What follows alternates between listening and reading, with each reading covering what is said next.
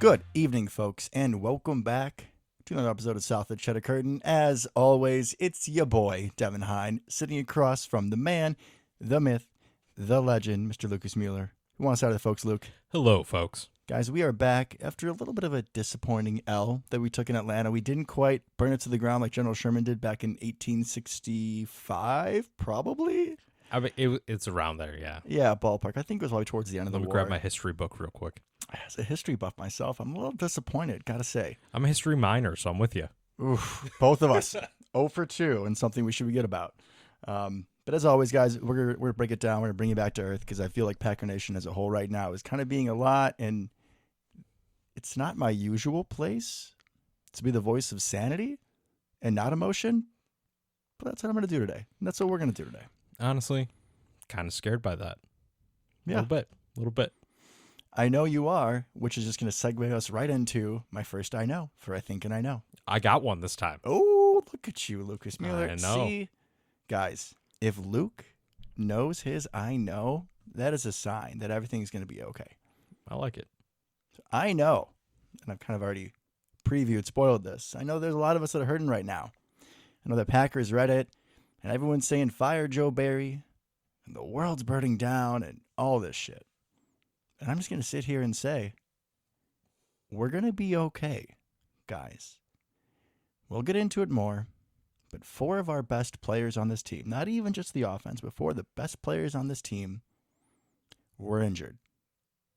One of them going down during the game, which then, of course, affects... It's worse when it happens in-game because then you're just kind of, audibly changing the game plan on the run, on the fly.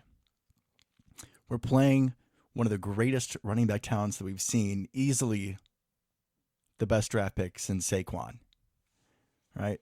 This is how things were when we were playing Adrian Peterson. I was telling my dad's girlfriend during the game when Bijan was making us look stupid. I was like, I just want you to remember what Adrian Peterson looked like. And it didn't matter if it was Christian Ponder or Tavares Jackson, a quarterback. They were still going to be successful. Mm-hmm. Our defense has 2 dropped interceptions. One of them would have been a house call for sure, and we'll get to it. And Jair had one of his worst days as a Packer, statistically. What do you expect when I tell that to all of you and when it's a young team?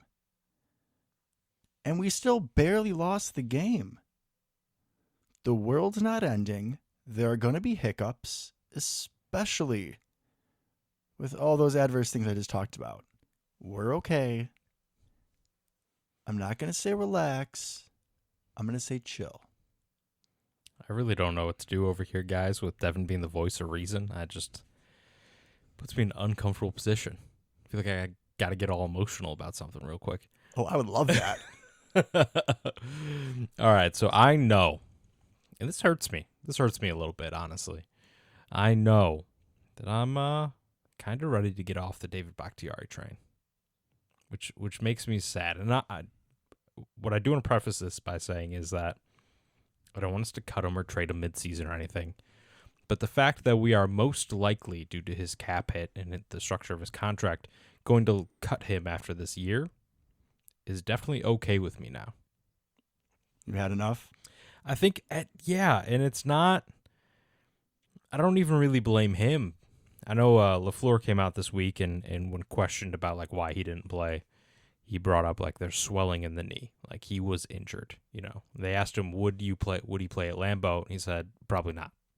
Did you feel the heat coming from LaFleur? That was kind of inferred whenever he's been asked about Bakhtiari. He did not like it. Maybe it's the questioning or just the situation, but kind of like me. I don't know if you know this, but when I'm hot, you can feel it. When the floor is hot, you can feel it too. You can tell when he's a little upset about something. Absolutely. And it's a hard spot to be in, right? Because when he plays, he's still an all-pro left tackle. Absolutely. Which he should get all the credit in the world for the fact that he can not practice. He can miss games due to injury, right? And then come in and still just be perfectly fine. Like, he could not practice a single day the rest of the season. He'd still be a Pro Bowl left tackle. Might be a hot comp, but it's almost Jordan-esque. Like Michael Jordan-esque. The ability to just kind of walk onto the the turf or court, right? And just kind of play. It's unprecedented. Like, I can't think of another player who has had an issue like this for so long that it still affected him that much, and he still performs at such a high level. It is kind of crazy that he's able to do that without any practice, with seemingly swelling, right? Because he had swelling. You talking about practice? Oh boy. Okay. We're talking about practice? Okay, AI.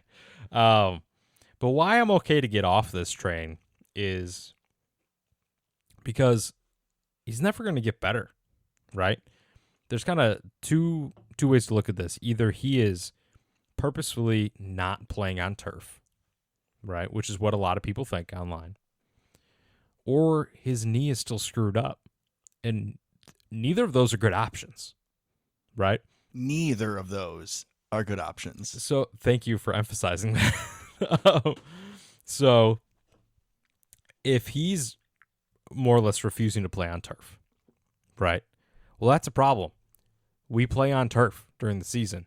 I think we have 4 games on turf this year, on the kind of turf he does not like, and people say causes more injuries and whatnot. This was the first one of them. That's almost a quarter of the season. If you can't play a quarter of the season, or you refuse to because of potential re-injury, that's a real problem, right? Especially the contract he's been given, which at the time was completely warranted. You just can't have that, right? The other side is if his knee is still giving him this much problems, like, dude, just call it a day at some point, right?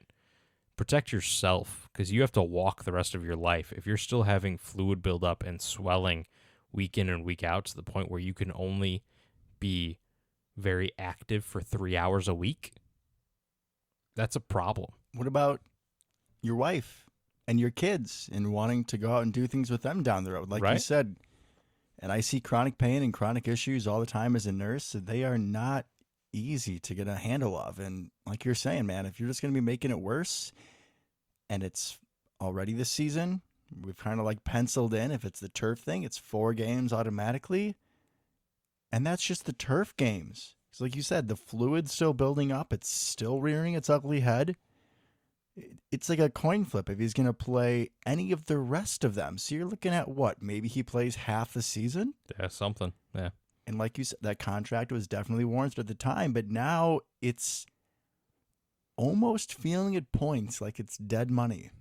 Yeah, which sucks because David Bakhtiari is such a great player and he's such a fun person. And I kind of like what he brings to the table leadership-wise now that he seems bought in. He didn't really seem bought in at the beginning of the offseason, but I really love everything he brings to the table. But, dude, like, if you can't play every game, if we can't pencil you in to be our left tackle game in and game out, barring true re-injury or a different injury or his random appendectomy last year, nothing you can do about that. No. But if we don't know if you're going to play every week, that's a problem. And we saw some of that during the game, right? Rasheed Walker just blew an assignment right off the bat playing left tackle. And I know David Bakhtiari is not practicing, so he's not getting any of the left tackle reps. So all the other options are, which is great. But at some point, those reps are not the same as live game day reps. And you need to kind of build that line, build that camaraderie between the 5 of them, right? That's a huge thing with offensive line especially. The longer they play together, the better they get together. They know what each other are doing. They can hand off assignments better, right? Hand off rushers, pick up blitzes, all that kind of stuff. Just gets better with more game day reps. So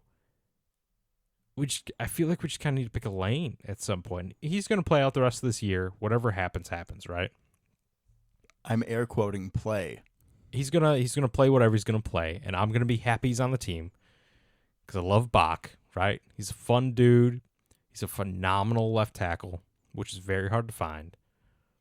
But after this year, man, like if he can't play every game if we can't guarantee he plays every game outside of a different injury, then we have to cut him and go in a different direction, which I think we will due to the cap anyways. But we got to get this thing solidified. I couldn't agree more. On the same page as always. I don't know if you're up for round 2, but I have one that I would like to share. Go for it. Kind of hitting a little bit off of some things you were mentioning. I think this season, I might have magical powers. Oh, God. Where are we going? So after the first few plays, like you said, Rasheed Walker, blows an assignment. He was getting blown up. And it was either after the first or second drive. I look at my dad and I was like, that's Paul Bear alert right there. Right now, he's winning. There was nobody in week 1 who disappointed me, but right now, Rasheed Walker is Paul Bear numero uno, at least for my Packers department. And then I thought he was fine the rest of the game. So maybe I just need to throw that gauntlet a little quicker. I mean, in this game, I was fine, but like in general, right? Like when I'm watching the game, if someone's sucking ass, I need to be like, Paul Bear alert, and then they get it together. Maybe he heard me and he's like, oh no, Devin, I ain't going to let you down no more, buddy. I ain't letting you down anytime soon either. Yeah, absolutely. It's not just him settling into his first real live game action or anything. It's definitely Paul Bear alert, 100%. Yeah, man. I mean, I could be a witch doctor or some shit. I don't know. I'm still learning things about myself. Fair enough. Aren't we all, Devin? Aren't we Indeed. all? Do you want to throw one back, or is that too much? Yeah, no, I think I can come up with one real quick as I talk for a second. Are you sure? Because I'm the one who conjures. Oh my God. Okay. Anyways, we're moving on. I think we got a dude in Quay. We're going to talk about this a little bit more, and we've talked about this. We've talked about Quay on and off, right? Ups and downs. Devin's giving me some crazy looks right now. You're going to say, I think we have a dude in Quay Whoa, Walker? Whoa. Hold on. That Velociraptor rips people's heads off. He does, but it was really good to see what he looked like this game, because this was a really interesting test for this defense. And we'll get into a little bit more of this, but really unique test that I don't think we're going to see for the rest of the season. And Quay showed up. I know he still had some plays. He's making a lot of, I'm going to call them AJ Hawk tackles. Devin, do you want to explain what an AJ Hawk tackle is for us? No, I'm going to let you take that one. Since you coined it, your joke, you jump on it. Okay, so AJ Hawk's great, right? All-time leading tackler for the Packers, but he made all of his tackles like at the 5-yard gain mark, right? None of them were at the line of scrimmage or behind. He's just hugging people, yeah. Yeah, so he got a bajillion tackles, but not necessarily a ton of tackles for loss or run stuffs, truly, right? Quay had a fair amount of those. He did. I think he had like 17 total tackles, that's a crap ton, right? That's a lot of tackles, man. But he was flashing some plays, showing that Velociraptor skill set a little bit. So I think he still needs to show consistency. He needs to be able to get off blocks a little bit better if we're going to play a super run-heavy team like this. But overall, I like what I'm seeing, man. I like what I'm seeing. And I also like that he is the LB1, right? He's carrying the dot on the defense. I was going to say, I pointed that out during the game. I was like, wait, Quay's got the dot? And he had the dot week 1. Devondre's healthy? So if we are playing a defense that requires only one inside backer, that one inside backer is Quay. Last year, it was Devondre. Yeah, I mean, I would say Quay's calling the defense this year. I mean, if you had him in a race, I would say Quay's faster, and he's obviously going to have the higher upside. Devondre is a hell of a player.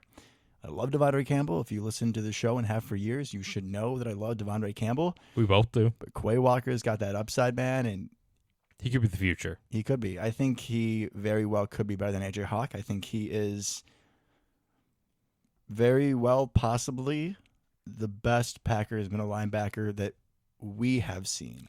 Good preface before we get some people upset with that. We're not going to talk about Ray Nitschke like that. Come on now. So basically what, AJ Hawk's the bar? Is that what we're going to say? Derek Barnett? Derek Barnett, right? Was Nate Wayne outside? I'm just kidding. He wasn't that good. He was fine. Are you going to say AJ Hawk or Nick Barnett is the bar for us for what we have seen? Yeah, I think that's the highest. I mean, Desmond Those two. Bishop had his moments, but he was never that consistent. Not for that long, no. Yeah, it's not a very long list. I mean, we get into what Blake Martinez was fine, and then He was pretty good. I was fine BJ with him. Goodson, and yeah. Yeah, I would agree. I think Quay has so much more potential given his athleticism. He needs to work a lot on coverage, I feel, but I really like what we do blitzing with him. We blitz him a ton. I think last year he needed to work on coverage, and this year he should have 2 interceptions.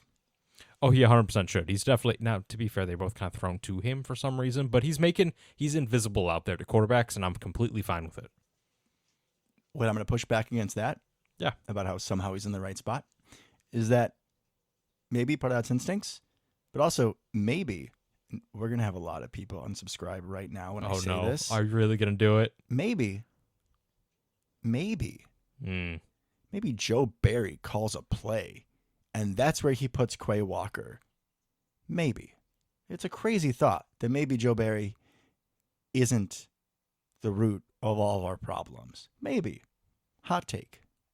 I would say he's not the root of all of our problems, but he definitely doesn't help sometimes. Oh, agreed. It's just a little annoying when immediately after a loss, where the defense does struggle in the fourth quarter, which For sure. we'll get to, and I kind of already mentioned, that it's obviously Joe Barry. It's obviously his fault. I just feel like it's such a cop-out and a low football intelligence move to go out and blame him that I'm not saying Joe Barry's the dude. I'm not saying he's the best DC ever, but if I can get frustrated with Bear fans for just being plain stupid and not knowing football, I'm going to hold our people to a higher level of of football intelligence. It's good to have emotional intelligence as well, though. That's also very good. Have some EQ in your life. Yeah, a lot of people don't have that, but that's okay. All right. Let's here. What I want to do that we didn't necessarily do last week. Let's talk about game flow a little bit. Let's talk about that fourth quarter, right? Because everything was hunky dory until we got there. Let's talk about that fourth quarter, and then we'll kind of go in offense, defense like normal. Yeah, honestly, I was going to ask you if we just wanted to start maybe carry with game flow because I feel like it's the much more important piece of this game, right? Overall, first three quarters looked pretty good. There were some misses. There were some things we could have done better. For sure. Right? The 2 dropped interceptions, I believe those are both before the fourth quarter. But let's also just think about for a second that Atlanta had been running the ball all game, and we had mixed success up to that point. Mm-hmm. But as we know, we do have pieces on the defensive line, the backups that we like a little bit better. We like them better than the guys we had before. I would agree with that. But this is still a defensive front that is obviously much better when we have our dogs in.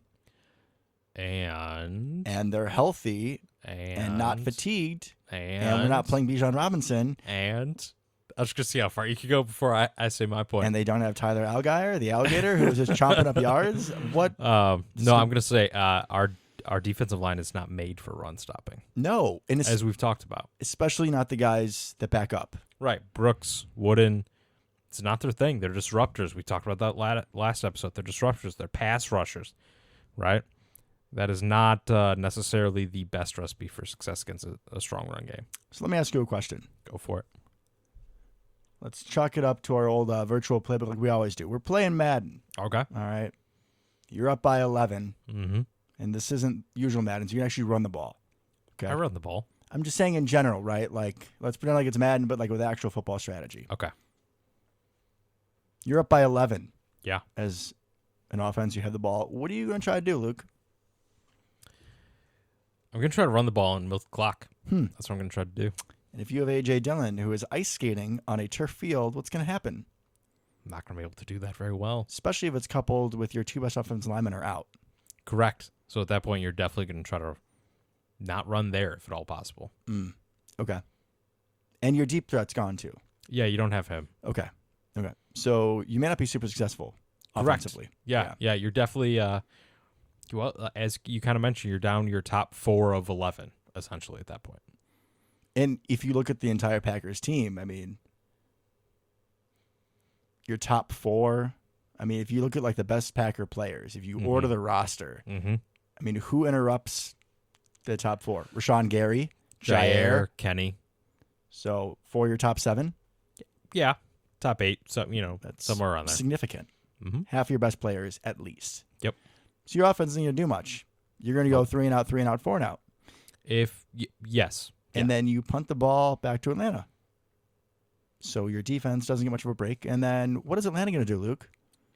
Well, I know what we hoped they would do. But instead, they just ran the ball. They did, because they were having enough success doing that earlier. So they just kept running the ball. And then what happens to a defense when a team keeps running the ball? And they get tired. And they give up points. And then the offense gets the ball back. And now you're up by, I don't want to do the math, but you're up by less. 5. You're up by 5. So, Luke, what are you going to do? Play caller?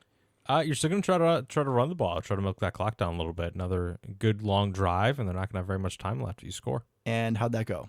Not well. Why do you Yeah. think that was? Well, we couldn't run the ball. Why couldn't Very run the well. ball? Not a great offensive line at that point, running wise, anyways, at least. Mhm. And AJ Dillon has the worst balance in the world.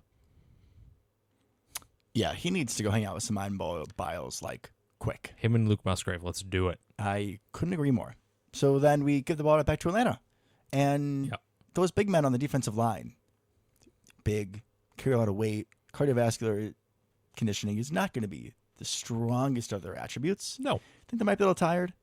maybe a little. I think they might Yeah. be a little tired. Mhm. So if you were Atlanta and you had good success running the ball last drive, what would you do this drive? I'm gonna run the ball, also because I'm Atlanta, and that's pretty much all I can do really well consistently.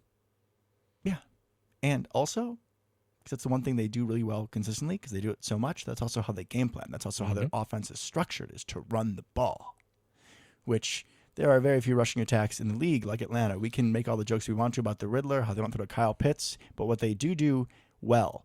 And it was kind of a laughing point, honestly, when they drafted Bijan, because it was kind of like, what's the point? Because this is one of the best rushing offenses in the league last year. They had Al Geyer and Cordell Patterson. And now you got one of the best running back talents that we've seen in years. I wonder what's going to happen. They're gonna run the ball. They're going to run the ball. And they run. And as I unfortunately predicted to my old man, I was like, the goal line, I was like, watch the read option here. Ritter's going to keep one of these. And my, oh my, he threw out one of his puzzles, and we just couldn't solve it. And he went pretty much untouched. Rashawn Gary couldn't solve it. Yeah, Rashawn Gary was like, I'm going to go tackle Bijan. And no, especially when it's, whatever in goal from the 2 or 3, if you're just thinking angles and geometry. Sorry, Mrs. Hubbard, I got a C in your class, but I can tell you this one, you're not getting there. No. You're not getting there. Unless it's a weird freak play where he runs into the back of a guard or something, there's no way you make that tackle. And at least give the boys up front a chance. If you contain the outside, you could have thrown Riddler back 3 or 4 yards. But no, and then Razulas tried to get through a blocker, and it just Didn't work. didn't happen. So then what happens? We get the ball back. Now we're tight. Yeah, Right? we're Now we're tight. And now, Luke. All right, now it's going. What are you going to do? What are you going to do? We're still gonna try to run the ball. And how does that go this time? Just as bad as every other time. We know where this is going, folks. We punt. Atlanta gets the ball. They go score. And now we're down 2, 3, 1. 1. Only even 1. We get the ball. 50 seconds to go. Either 1 or 0 timeouts. 0. Just not good plays. The first 2, I think Jordan Love was sacked on one of them. I don't believe he was sacked, but close. There was a TFL, I thought. There was a negative play. Yep. And I think a penalty, and we get to 4th and a mile? Yeah.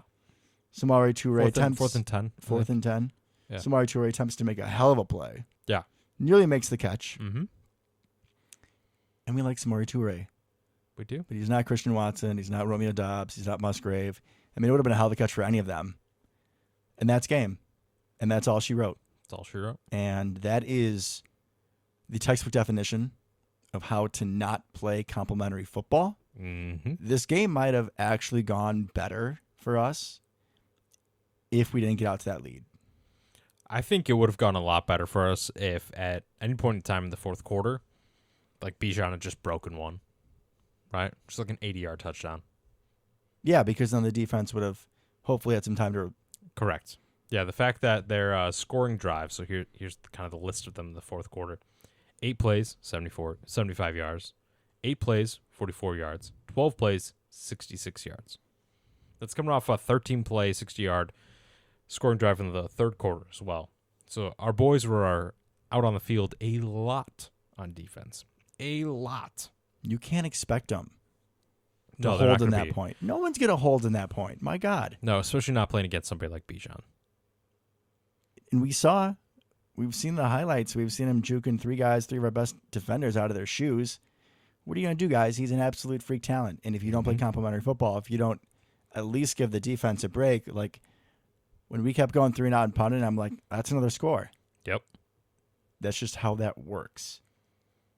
Yep. And now a better defense overall, right? could probably stop him one of those times. Maybe. But we're not built for that. This No. is not. The Atlanta Falcons are a very unique team, right? Very unique team in the way they run the ball and the strength of the running game, the strength of their running backs, right? Algire's great. Well, good, maybe not great. Bijan is phenomenal. I'd say Algier is probably one of, if not the best number 2 in the league. Yeah, no, I'd agree. Bijan's obviously phenomenal. You have the run threat with the quarterback. Yeah. You don't face that, right? Think about the other top running backs in the league. Is their backup as good as Algier? Can their quarterback run? I mean, Giants, their quarterback can run. Saquon's Kind hurt of. now, but their backup isn't nearly as good as Algier. No. Right. I mean, you had the Browns until they let what's his face go, and But now even their- Chubb's hurt. Even their backup, Jerome Ford, I mean, he's not as good as Algier. No. He stepped up well last night, He but did a good job last night. it's a very unique game plan they have. And even the Browns, they're going to throw the ball more because they got Deshaun Watson back there. They think they can throw the ball. Yeah. The Falcons know what their plan is. The Atlanta Falcons are easily the most run-dominant team in the NFL, and it shows. They're good at their craft. Even last year, it was them and the Bears. I think the Bears are the most run-dominant. Falcons were second. And then they got a generational talent running back. What do you think is going to happen? And I'm not saying the Falcons are world beaters. They're absolutely not. But I think their strengths lined up against our weaknesses pretty well. Yeah, I mean, we had them in a good spot. We were up by 11 going into the fourth. And then when you have an offense with 2 of your best linemen out and your best running back out, and what was a pretty good number 2 where we thought just unable to do anything, and a young quarterback and a young team. And that's also something I just wanted to point out, is that we've all talked about how this is a young team and there's going to be growing pains. The people that think the season's over and fire Joe Barry and all this stuff, like, what do you think growing pains looks like? This, right? This. Because you saw some of it, right? A.J. Dillon, okay, we learned something there. Jordan Love got a little rattled. He missed Right? some easy throws, yeah. Especially in the fourth quarter. He almost threw that pick to A.J. Terrell. Should have been a pick. That was Right? bad. He just kind of like fell over on a sneak attempt, maybe? I watched him in his postgame conference, and he had said that apparently that is a play where they're originally trying to draw him off sides. Yep. So the play isn't live.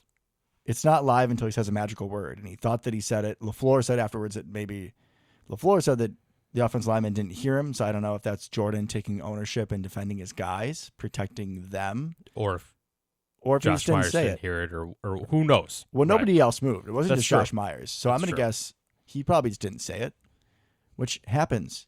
He's young, right? Not Growing even pain. he's young. He's human. True. We all make mistakes. It was just shitty timing for it, and it It was. sucked. But yeah, you saw him a little rattled at times, missing some easy throws, and especially at the end there. So this is what growing pains looks like. But there's still a lot of positives. Let's talk about some of those from the offense. Another episode. We're on my way over. I looked for Crow. I looked for it. I went to Jewel, to Mariano's. No one sells Crow. That slow guy, Mr. Wicks, he pretty good.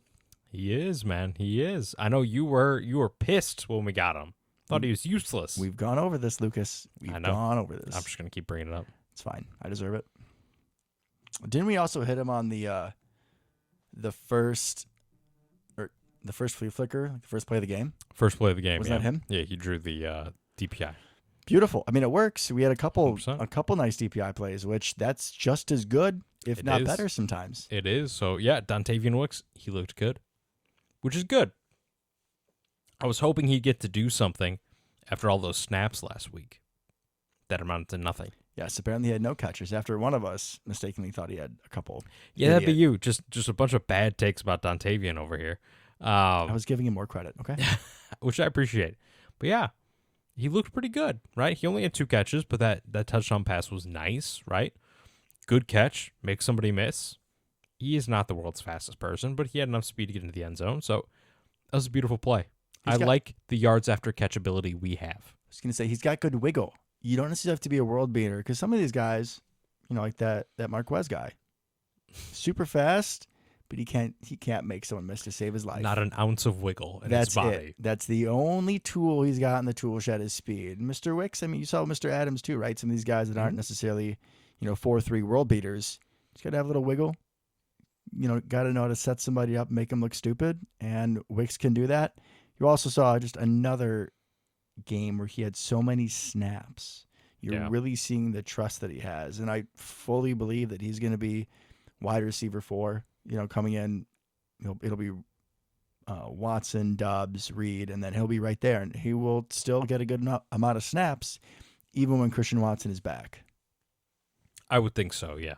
Given clearly the amount they trust him, a lot of that probably comes down to how sure he is with his assignments and his run blocking, right? Because we really appreciate that out of our wide receivers. But so happy for him to do something, right? And to kind of get rewarded for his work and the amount of snaps he's been playing. So that was awesome.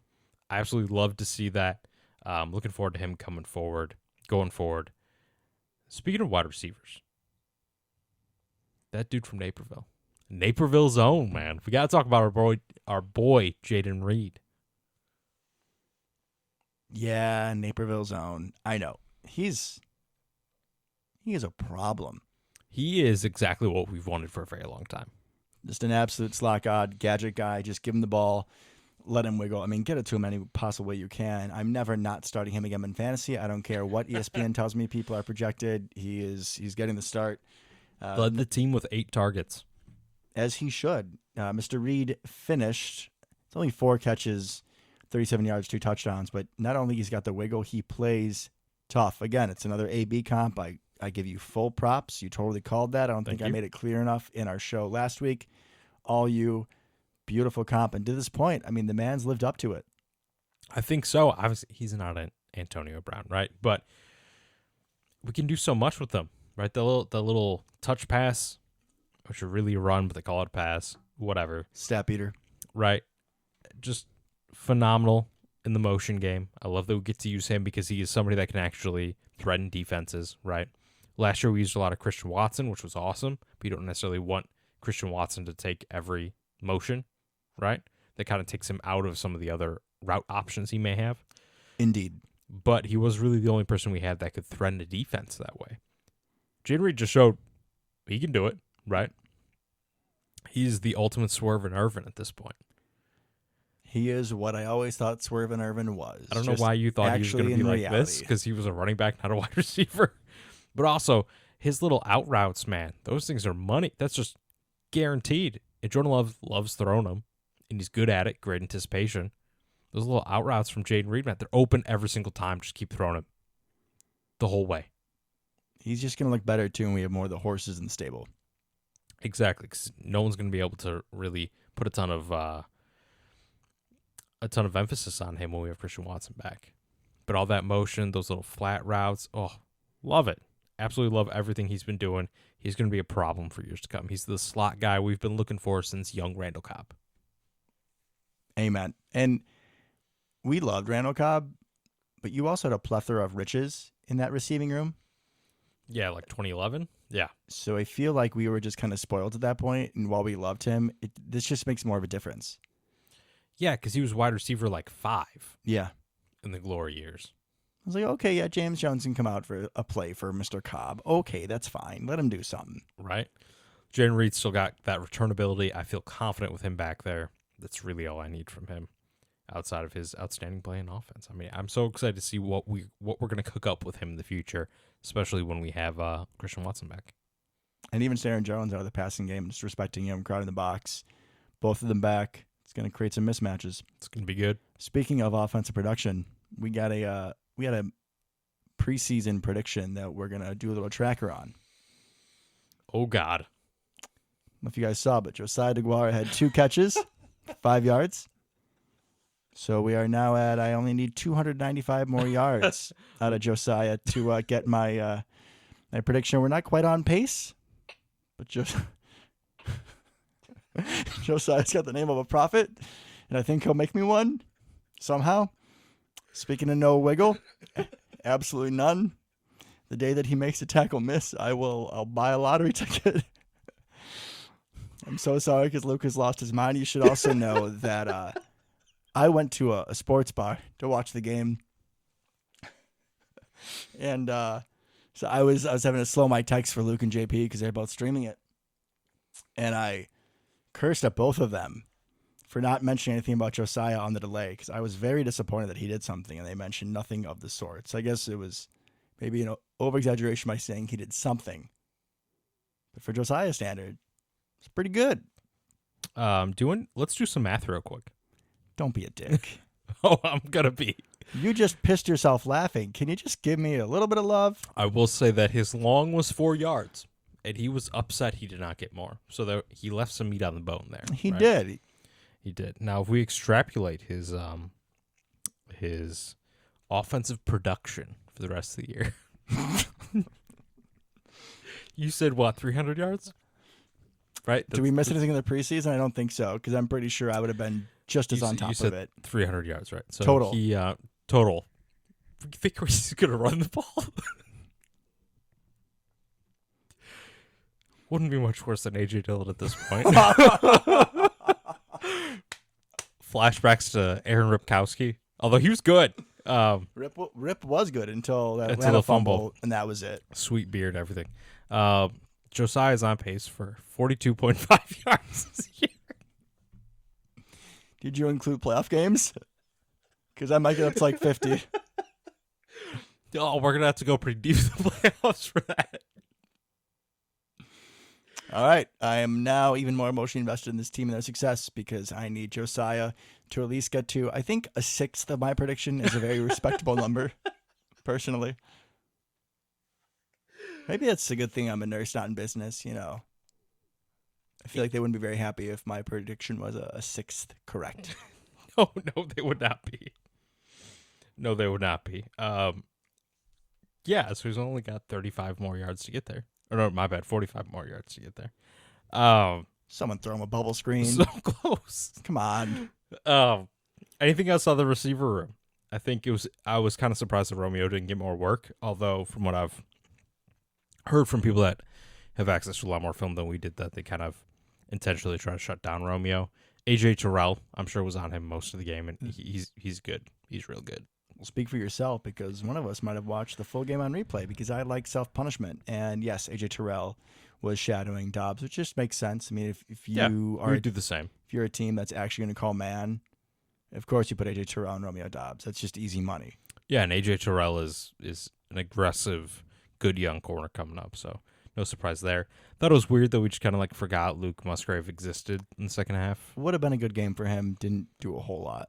Yeah, which is weird, man. It's just weird. We got to get him more involved going forward, I feel. But that pretty much was the receiver room, right? Wicks, Reed, Dubs, Luke Musgrave. They're the only ones that really did anything of note.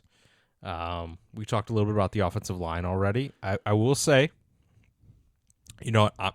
Screw it. I'm going to bring it back. Nashville's own was not terrible. Royce Newman did not do anything that was very bad. Yeah, I think it probably helped numb the pain, because once I saw him go in the game, I knew something was going to go wrong, and it didn't really happen on offense. It was more at least defense. Not specifically because of him. Correct. So maybe I'll take it. Maybe we're feeling less bad about Elton being out possibly 3 or 4 weeks because Royce didn't look like complete doggy doo-doo. I really don't know. I guess he's the next guy up, right? I mean, it's either him or Sean Ryan, and I feel like since Elton went down, why would you not put the guy you'd put anyways? Like, it's going to be, maybe they do a little bit more of an open competition, but I would be pleasantly surprised if it's anybody other than Nashville's own. Hey, man, I got to throw him a bone once in a while when he, doesn't suck. So that's the bar. You go. Not sucking. You go, Royce Newman. You go. Hopefully he'll be even better with David next to him this week, right? Do you think David's back? I hope so. I thought I saw something that he's also not gonna be back for like 3 weeks. That'd be terrible. Yeah.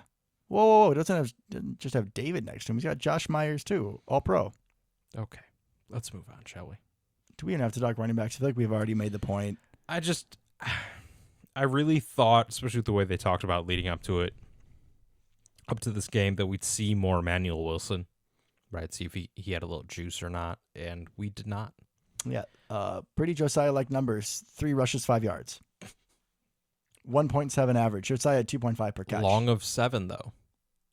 I think he also had like a negative 6 yard run. Not his fault, but No, not his fault. That first run was like negative 5, 6 yards, so not his fault at all. But I thought we'd see a little bit more of him, especially once we clearly saw that AJ did not have the juice at all.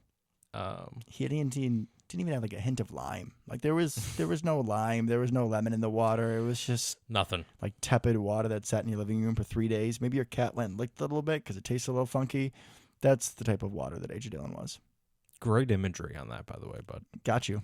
Great job there. Yeah, AJ Dillon, man, I can't see him coming back next year. Right. At this point, if he does not improve, because he ain't it, man. He ain't it. I mean, we need running back 2 to be able to do something, right? And I think we are going to talk about AJ Dillon. I decided right now for at least a minute. What does he do well, right? We went over this, didn't we? We did, but now we watched a full game of it recently. The answer is still the same. And that is, tell the people.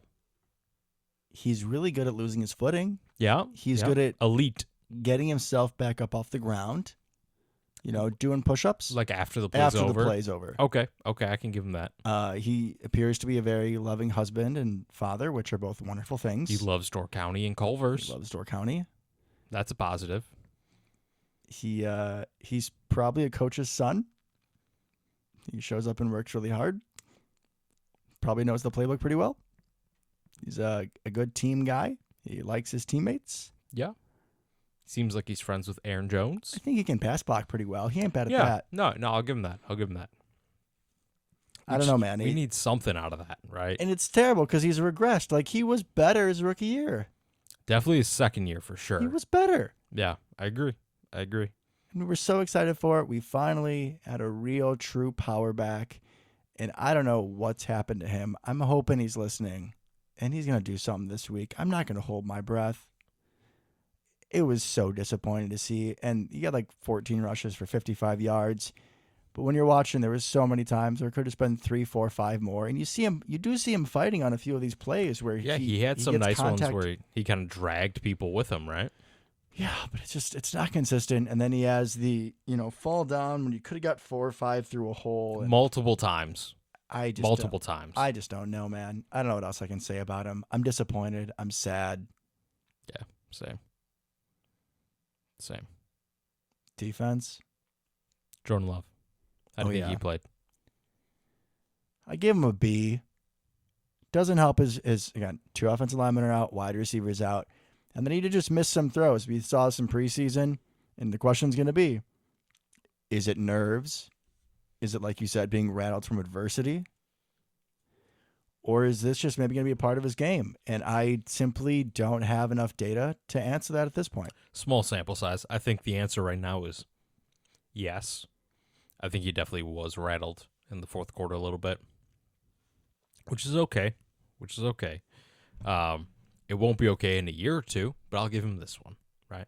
He can have this free pass from me. But I still really liked a lot of what I saw, right? We got to figure out this whole deep ball thing. I feel like we have to take more shots downfield. I feel like he has to connect on more. DPI is not his fault, obviously. That is what it is. I'm not gonna make that point for this game. Not so much, but it's something I didn't necessarily see us improve on. Let me put it that way. Okay, but also your best deep ball receiver is gone, and again, it just changes the entire geometry. Which is like it completely does. We still need to try to stretch the defense at some point, right? Would be nice. Again, with Luke Musgrave, if nothing else, down the seam. Yep, let's see something like that. That's what I was going to say. I don't know why that mystery game plan went away, why we just wouldn't use him in a game, especially where we could use him. I don't know. Matt LaFleur hasn't answered my texts. So. I think you could get Jaden Reed deep, right? He's fast. We can make it happen. Yeah, put him outside and send him. Why not? Even a slot fade, something. Do something. I was just thinking put him outside so you can, have a little separation with Musgrave. Well, yeah, whatever you want to do. You got options. But, yes, I don't think he necessarily missed deep balls this game, but I want to see that in his progression. Maybe that's the way I should put it. But he still throws with really good anticipation. I think that he's making really good reads still. It's very similar to the first game with that anyways. Mm-hmm. He's not a completion percentage guy, apparently. And that's okay. Obviously, he throws a lot of touchdowns, which is kind of odd, but in a good way. Oh, that before we forget, that pass he had to, I believe, Wicks in the corner of the end zone. Perfect. Perfect pass. Just a hell of a right? play by the defensive back. Which, 100%. oh, by the way, the guys on the other side, they get paid too. You could argue that Wicks probably showed his hands a little early, right? That's what If he- everyone's been saying. If he holds him down like Devontae style and just kind of like pops him back up last second, maybe he makes a catch. Whatever. Rookie wide receiver, things are going to happen. You're up against a really good cornerback. The important part here is perfect throw. Yeah. He's got that, right? He's got that in him. We saw some elusiveness running. He got 23 yards rushing. I like what I'm seeing. I feel like we have a good base to build on going forward. Agreed. Like I said, I thought it was a pretty good game for him. You're still seeing, except for bits of the fourth quarter where he's just calm, cool, and collective. You're watching him the first 3 quarters, and it's a 3rd and long or whatever, and he's the voice of reason. He's talking to his guys on the sideline. He is the field general. I do have faith in him. I agree. It'll be interesting to see once we have Christian Watson back how he hits the deep ball. I think in preseason and in practice we've seen that he's not afraid to. I actually think he likes hitting the deep ball. I hope so. It's just this game I can only take away so much, not only because we didn't have all the horses, but the game plan was just a little weird. And it's difficult when the most established receiver you have is pretty easily taken away by their number one corner. Mm-hmm. And something we should give him credit for is he kept the ball away from Jesse Bates, which was very important. I was afraid of that man coming into this game because a lot of our routes that we had success with against the Bears were over the middle, and Mr. Bates last week in week 1 was all over everything, sitting in like just a cover 1 over the middle, going to jump on anything underneath, which we did throw a lot of underneath stuff. Amazed we kept it away from him. Good job, Jordan Love. I'm still pretty pleased with what I saw. For this loss, I blame you very, very little. I think that's fair. Yeah, I definitely think that's fair. Yeah, no, I agree with Jordan Love. I think he played pretty well overall. I think that's fair. Now we go to defense. Yeah, we can go defense. We talked a ton about defense already. But Yeah, we can I go mean, defense. I guess the we only don't other have a ton to go over. only other thing I'm really going to say about defense, and besides the drop picks, which suck, Jair also, I believe, gave up like a nearly perfect passer rating when targeted, which just Bad day for him. just not going to happen. He's one of the best corners in the NFL, and we have seen bad days before in the past. Unfortunately, they have come at unfortunate timings, not necessarily in week 2, but some of the playoff games. He just completely disappeared, and that was also kind of a theme for a lot of our defensive guys. Quay Walker had a hell of a game. Besides that, man, I mean, I feel like people's names just weren't mentioned. Did Kenny Clark really do anything after the first quarter? Did Devontae Wyatt, my boy, really do anything? Darnell Savage almost had a pick on Matt Collins. Then Matt Collins was a little dick on Instagram and was like, "You're a savage until you see one." I appreciate the play on words, but I was being happy with Darnell. He did have a couple nice, hits on people, right? Where he wasn't necessarily like it was someone like going out of bounds and he escorted him. I think he gave Ritter a good hit once. So playing more aggressive, you're still happy to see that trend. And at least on the Matt Collins play, he was in position. Hollins is a big receiver. I think he's 6'3", over 2. He's got good size. Yeah. Yeah, and it was a nice flea flicker, which with what they've been running was going to be very effective. I was a little surprised he honestly wasn't wide open. He was wide open. Savage just closed the ground so fast. Okay, fair. But I expected that ball to go to somebody in red. That should have been a touchdown and for then them. just to have green grass. Yeah, so should have been a touchdown for them, absolutely. You corrected me. Good makeup by Savage. That's something that we've been talking about with him for a long time. He's got the athletic ability. So I guess even if it wasn't a pick, just him still saving that from a touchdown, at least on that play, was huge. Just a lot of guys we didn't hear much from. Disappointing. I mean, the Falcons, as we've said several times, are a run-based offense. I think they got Chris Lindstrom, but I really can't name that many of their offensive linemen. They're not world beaters. Mitch McGarry, I think. I think he's a guy. Sure. I don't know. I think that's a right tackle, if I remember correctly. But yeah, no, I agree. I think it's hard. We have, in theory, a pass rushing defense. We did not have a good opportunity to do so. So A lot of our guys didn't look great, right? And Igbare, not a great game. No, he got Bijan bad. He did. Justin Hollins, not a great game. As we talked about, Wyatt, not a great game. Sladen, not a great game. Van Ness, he had a tackle for loss, but he got hurt, obviously, with his elbow. Any updates on that? Not that I've seen. Carl Brooks, not a great game. Rudy Ford, pretty rough game. Pretty rough game, I'd say. Preston, which is maybe our best bet at holding an edge, was okay, I think, but not dominant or anything. It was rough, man. It was rough out there. At one point, I was thinking, it's a shame Anthony Johnson Jr. isn't active, because why not just throw him out there and see what he can do instead of Rudy? Might as well. Maybe he'll be active for next week, especially depending on how some of our injuries are and how we stack out with inactives. Man, it kind of is what it is. I mean, the game flow was perfect for Atlanta. At the end, Or, yeah. I mean, at least with our inability to get into an offense where we could run the ball effectively, We could not sustain drives. In the it would have almost been better if we just said F it and go 5 wide. That might have been better trying to kill the clock. Yeah. I mean, because the passing game wasn't perfect, but it was obviously much more successful than running the ball. I saw this got brought up somewhere else, but I kind of wish we would have activated Jonathan Ford. Yeah, that would have been nice. Just another very large human to stuff in there. Couldn't have hurt, right? Give somebody a few more breathers on the sideline. And like you said, another big guy, because when you only have the two smaller guys, Wooden and Brooks, when they come, when Slayton or Clark or whoever comes out, it's somebody who is much smaller who's going down. And usually in those formations, we're only having two guys.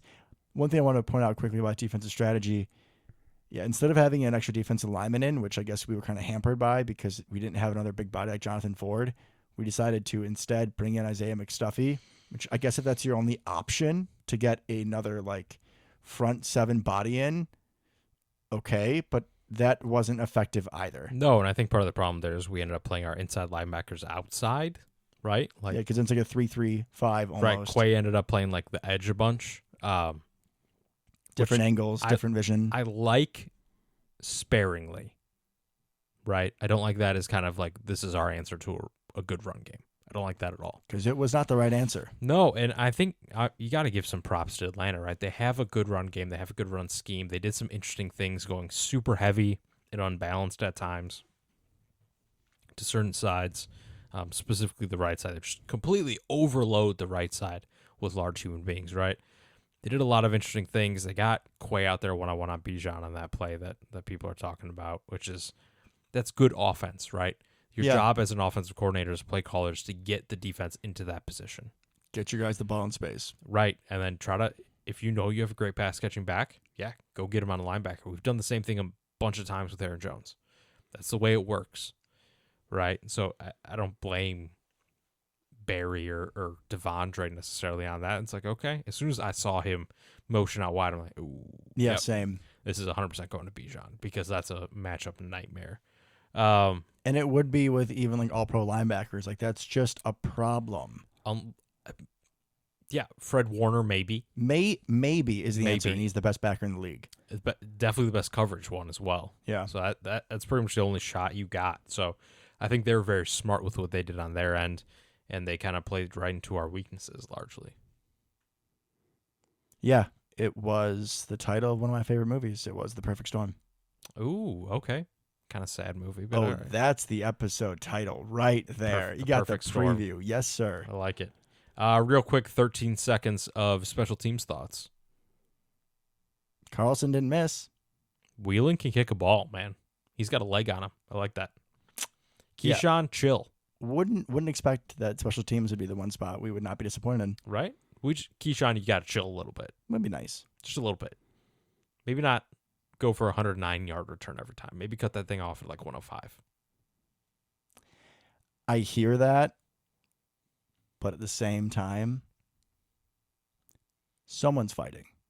No, and I appreciate the effort. I absolutely do. 100%. But I just kind of want you to get momentum going in the correct direction. You know what I mean? You can kind of get behind a ball that's kicked at 5 yards into the end zone. and get prepared to run forward. If it's at 109 yards, you're kind of back there on your back foot, not necessarily quite the same timing. That's all. Fair point. Who do we play next week? Is it New Orleans? We play the New Orleans Derek Carrs. Yes, we do. I don't know if Jamal Williams will play. He was out last week. I don't know. And it was one of the ugliest games I've seen against the Panthers with Bryce Young and nobody else. That was rough. That was real rough. I was going back and forth between that game and the Steelers game, and I was stuck on the Panthers game, and the Steelers were at halftime, and that was a rough watch. There was one highlight play, a Chris Olave deep ball from Derek Carr. Nice ball, better catch. Michael Thomas had a really good catch as well. He got his butt inbounds. That's always fun to see. Well done. They were so desperate at running back, they're using Taysom Hill at points. Which also just makes me sad a little bit. I know. It's going to be really bad if Taysom Hill runs for like 40 yards on us. Yeah. Let's hope he doesn't. Again, one game at a time. Mm. Now, the Saints do have, I would say, a good running game. But we're not playing the Falcons again. So let's just chill on that vibe for a second. Yeah, I'm not scared of their running backs. No. I am with Bijan. Chris Olave's really good. He is really good. They have guys on defense, but they're older. Yeah, Cam Jordan.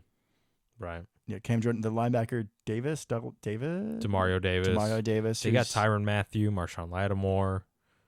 Lattimore is good and young. Hopefully Watson's back, because if not, Lattimore is going to take out Romeo Doubs again. That's going to be the Jaden Reed and hopefully Luke Musgrave show. That'd be a problem. Like 3-4 years ago, elite defense with these guys. Yeah, it would have been amazing, and now it's just a little bit more names. I think Davis still had a pretty good game and looking good this season. Yeah, he is. Somehow a little bit of ageless, timeless wonder. I don't know, man. We'll see. We'll see how the injuries stack out. This is a game that I feel like we should have a good chance in, but it does a good amount depending on the injuries. 100%. I think we're lucky we're playing them without Alvin Kamara, which is always a good thing. I do want to go through here real quick. Anything you want, Luke. Anything I want. Okay. So I'm looking through their depth chart currently, which I don't think you have up. Nope. This is going to be a fun game. There are. Ooh, this is getting good. This is getting real good. Are you ready for this? Please. I'm counting 3 former Packers on this team. 4 former Packers on Christian this team. Ringo, Jamal Williams, Taysom Hill. No Christian Ringo. Taysom Hill, Jamal Williams. You got 2. Ty Summers. Last position. Corner. This is going to be hard. Shannon Sullivan. No. Isaac Yiadom. Does he play? He's listed as the second left corner. We're going 5 wide. We are going to show no mercy and take no prisoners. That's kind of fun. The only way He's very not good. I would begin to lose faith in Jordan Love is if he throws a straight-up interception to Isaac Yiadom. No tip, no throw out of a sack. Oh, before we forget, throw out of a sack. Razul God calling that he was going to get rid of his first career interception, and then look what happens. I might have gently pointed to my Razul jersey at this bar with plenty of Bear fans and just gave it a little airing out. Just to remind everybody who's boss. I like it. Let them know. It's a lot of former Packers on that team for not being another NFC North team. Right? Pretty impressed with that, honestly. And I like that they got a lot of our not good ones as well with Ty Summers and Isaac Yiadom. Yeah. That's a fun one. But last time we played them, we were laughing our butts off about Christian Ringo, and I think he actually had a tackle for loss, and they absolutely whooped us. They did. I don't think they're going to whoop us this time. Derek Carr, man, I really like Derek Carr, and I really want him to be good. Seems like he's a good dude. You know, he's probably a coach's son. Real blue chip. Lunch pail, the whole thing. Hard hat. First in, last out, right? That was literally what I was going to say. He's always on time for meetings. His brother taught him well. The ball comes out of his hand so nicely, which is a weird thing to say, but like he has a beautiful release. Ball. He does. I love his deep ball. Last night I was watching the game and he threw this crosser that was going left, right, deep crosser. And when the ball left his hands, I'm like, oh, he put a lot of touch on that. This is going to be an awesome play. There's a Carolina Panther just standing right under the ball, like catching a punt. I'm like, never mind. Was still a nice pass and probably a good catch too. Right. I was like, oh, it went straight to the defense. All right. Yeah, I'm looking forward to this next week. Just completely never saw the guy drop into coverage right underneath the route. So we will have our opportunities with Derek Carr. You always do. Taysom Hill's always going to be a wild card, right? You just never know. They called like a tight end screen to Taysom Hill yesterday or last night. Actually, might have been a running back screen. Phenomenal. I love that. I've seen him do it before. You can send him on a post out from tight end. It's nice, like you said, they don't have Kamara because then there'd be two guys. But in that offense, like from Quay's perspective, it's make sure you know where he is. Correct. Man, him and Olave are the ones that can kill 7-on-7. us. 7, pay attention to 7. I like that. There you go. 7 Maybe you just have him spy. Maybe you just spy, man, whatever you want to call it. You just put the Velociraptor on the Storm Taysom. and Mormon and see what happens. That sounds like a battle of biblical proportions. I should quit being a nurse. Last time I checked, I don't think there are any dinosaurs in the Bible, but I can go double check. I'm retiring from nursing. I'm going into sports writing full time. Perfect. We should win this game. I think we should win this game. You heard it. You heard it. I'm putting us down for a win. We have the receipt. We do. Unfortunately, last week's was wrong, but that's okay. I'm going to say we're going to win this one. I feel pretty good about it. I think we'll get 2 picks off Derek Carr. Okay. Who's going to get him? I think Jair's going to make amends. Okay. I do. And then I think, let me go Rudy Ford. Little bounce back. Little bounce back. Little bounce Ford getting the engine going. Yeah. Taking off that rust. I think he knocks off the rust this one.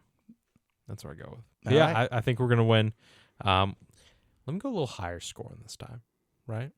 I don't know why I believe this. Maybe I think Christian Watson's going to be back or Aaron Jones. Let's see. Let's go 31-24. Okay. I like that. It's confident. Yeah, I feel good about it. Are you going to want me to make one too? Yeah, absolutely. I'm just going to force you to every week. I don't know why it popped in my head. Maybe it's because Josiah did something. 38-13. Oh, I assume you think we're winning. Yeah. Okay. Well, I'm just saying. Hello. After I was just like, the house isn't burning down. If I was picking us to lose 38-13, the house would be burned down. 100%, yeah. Car would be blown up. Everything would be terrible. Yeah. All right. So for my super specific stats, I'm going to say Darnell Savage gets a pick 6. Oh, I like it. Trying to think of something else. I mean, that's already a pretty good one. Tucker Kraft gets a catch, and that's where I'm Okay. going to leave it. Okay. I like that. Those are my predictions. Good for Tucker in your daydream. I like it. Yeah, he hasn't done anything. That freaking free agent guy that we signed, Sims has gotten snaps before Tucker Kraft. I mean, Tucker's been out there. He's just very much been Mercedes. I haven't seen him do anything. He's been out there blocking. He Okay. just blocks. The past 2 games, He blocks. every single offensive play that we have, I point out to my dad and his girlfriend like who people are, who the personnel grouping is. I announce it before every single play. I have not seen Tucker Kraft. Maybe it was last week because it was on Yeah, a he crappy played. Bears TV. He played. I also had to be a little subdued. You'd be proud of me, or disappointed. I'm not sure which one. Probably a little bit of both. A little bit of both. I was also a little bit of both in myself.